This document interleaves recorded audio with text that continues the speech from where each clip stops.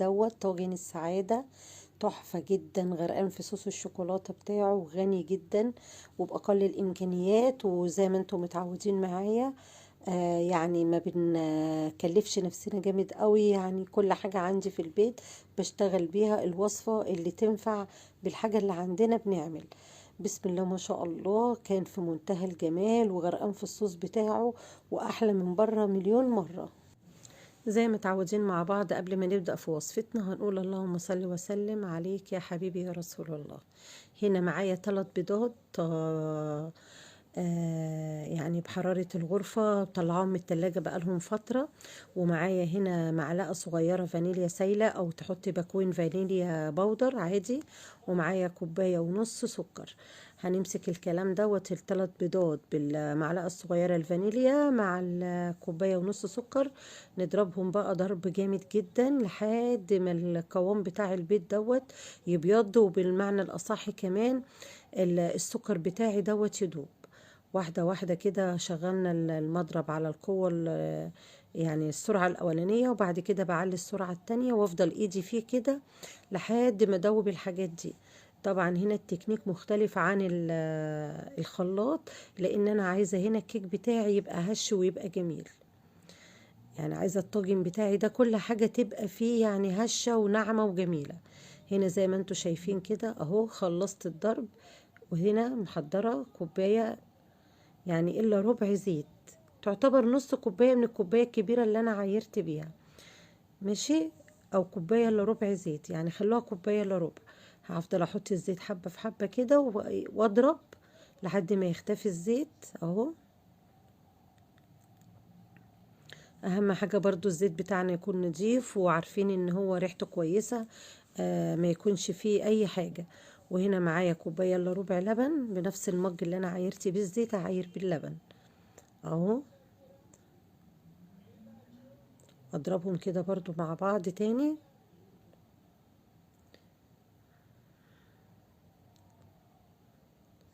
هنا انا حطيت معلقة خل، هتساعد برضو العجينة بتاعتي هنا تبقى هشة وناعمة وجميلة. خلاص هركن بقى المواد السائلة دي كده على جنب، وابتدي اجيب المواد الجافة. طبعا زي ما متعودين الدقيق لازم ننخله. معايا هنا كوباية دقيق اهيت، وادي النص التاني، ومعايا نص كاكاو، يعني كل الخامة اللي انا احتاجتها كوباية ونص دقيق ونص كوباية كاكاو خام، ومعلقة كبيرة بيكنج باودر ورشة ملح، ونقلب المكونات كده وننخلهم مع بعضهم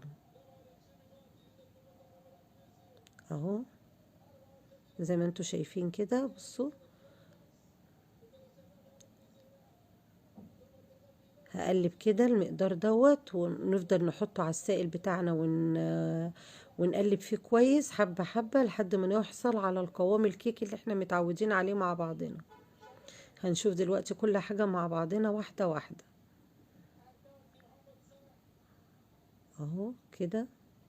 خليت شوية لربما العجينة ايه يعني بتاعت الكيكة تتخن مني ولا حاجة، مع اني انا واثقة في مقاديري كويس جدا، وعارفة انا بعمل ايه، يعني انا بعمل معاكم وعارفة انا بعمل ايه كويس اهو. من الحبة التانيين اديني حطيتهم، وابتدي بقى اقلبها كويس جدا، لان لسه في شوية دقيق في الجوانب كده، هاخدها واقلب كويس. بصوا قوام الكيك، بصوا لسه هناخد، لا عايز تاني ولا اي حاجة. هنا بقى في سر، ربع كوباية مية مغلية انا هحطهم، هو ده اللي هيعمل لي على هشاشة الكيكة ديت وجمالها بقى، الفرق بين الكيك العادي والكيكة دي. هنا انا عملتها زي الفادج بالظبط، يعني دي كيكة الفادج. لو هتعمليها برضو لوحدها في صينية وتزوقيها وتبقى فادج كيك، هو ده الفادج كيك بالظبط اهو. بصوا اهو خفيفة شوية عن الكيكة العادية اللي احنا بنعملها في الصينية. بصوا اهي. عندي بقى هنا الطواجن بتاعتي انا دهناها مادة دهنية، عايزة تدهنيها زيت، عايزة تدهنيها سمنة، ده ليكوا حرية الاختيار اهو. وهنحط يا دوبك، بصوا يعني مش هنملى قوي عشان هي لسه هترتفع ولسه في حاجات هنحطها على الوش، فعايزين ايه يعني ما تفرش مننا. بصوا كده كفاية جدا اهو. بصوا المقدار ده بسم الله ما شاء الله، عمل لي الطواجن دي على فكرة كبيرة مش صغيرة، هو ده بس اللي صغير، ومش صغير قوي يعني، مش ده طاجن زبادي من الصغير، لا ده طاجن وسط. اهو هيعملوا لي 3 طواجن كده زي ما انتوا شايفين، والطاجن الصغير ده. بسم الله ما شاء الله، كانت روعة جدا جدا جدا. بصوا كده خلاص اهمت. الفرن بتاعي والع وجاهز، ادخلهم الفرن بقى وهنشوف هنكمل وصفتنا نعمل ايه. هنا انا دخلت الطواجن بتاعتي الفرن على درجة حرارة 180، كان والع من اول ما اشتغلت في الوصفة. هنا كان عندي كوباية كريم شانتيه على معلقة كريم باستير، وهحطهم على بعض هنا، وشوية مية متلجة، وهضرب كوباية ونص مية متلجة، وهضرب الكلام دوت. هما خدوا كوبايتين، يعني انا حطيت كوباية الكريم شانتيه على معلقتين الباستري كريم، على معلقتين 3 كاكاو، وعلى كوبايتين المية الساقعين المتلجين، وهضربهم بقى وهسيبهم في قلب العجان بتاعي كده يتضربوا لحد ما اوصل بيهم لحد الكريم شانتيه الحلو المتماسك اللي انا هزوق بيه الطواجن السعادة دي. على فكرة الخطوة دي برضو اختيارية، في ناس بتطلع الطواجن دي تسقيها شوكولاتة او نوتيلا وخلاص على كده. بس انا بقى ايه، كان يعني عندي شوية الكريم شانتيه دول، قلت يعني إيه ادلع الطاجن شوية زيادة يعني، فاهميني؟ لكن انت ممكن برضو تستغني عن الخطوة دي. المطبخ يا جماعة يعني هو مش هو يعني في حاجات كتير بتبقى فيها ذوقيا واجتهادات ومتاح اللي عندك، لكن في حاجات ما يعني وصفات ما تستغنيش عن حاجة. لكن هنا الكريمة اختيار. هنا بصوا طلعنا الطواجن هنا من الفرن اهي. بصوا بسم الله ما شاء الله، جميلة جميلة وهشة ومستوت وتحفة جدا. هنا ده السن بتاعه دوت يعني محروق، كنت بشوي بيه وكان محروق، لكن هي بصوا استوت وجميلة.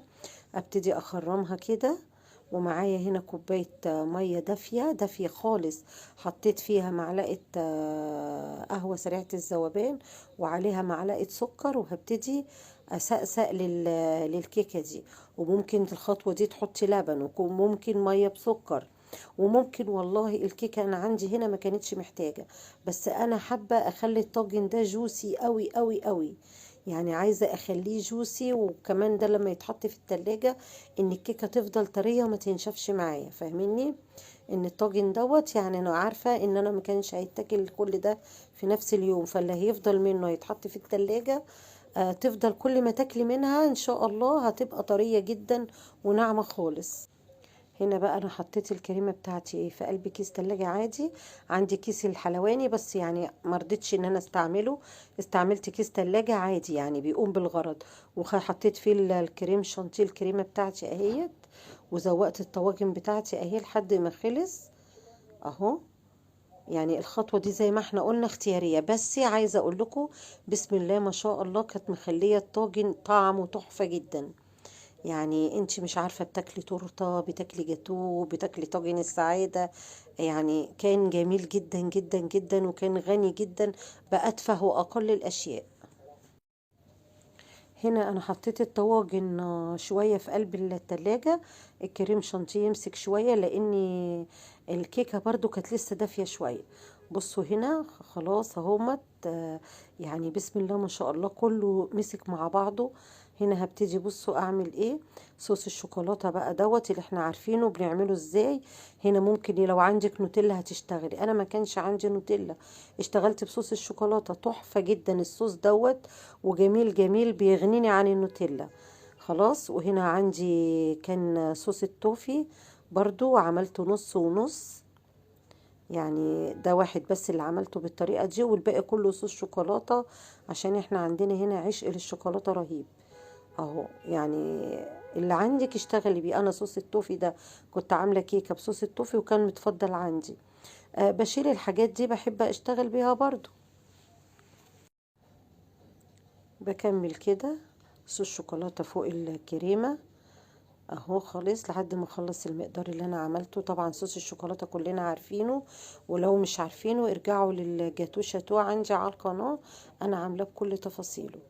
هنا بقى عندي شويه حاجات كده اجرنش بيها الطاجن دوت، صوابع البسكوت بالشوكولاته ديت مع الكور الالوان دي، البسكوت ديت تحفه جدا برضو. مع شوية مكسرات عندي في البيت، كام بندقية كده، على جبت واحدة وهوز قطعتها وحطيتها على الطاجن. كله بقى دوت، كل ده اجتهادات اجتهادات من عندك، واللي عندك حطيه واشتغلي بيه زي ما متعودين في مطبخ نونا. وادي الطواجن تحفة جدا، جميل خالص زي ما انتوا شايفين. خلصت وصفتنا وطواجن السعادة، والسلام عليكم ورحمة الله وبركاته. انتظروني في الفيديو القادم ان شاء الله.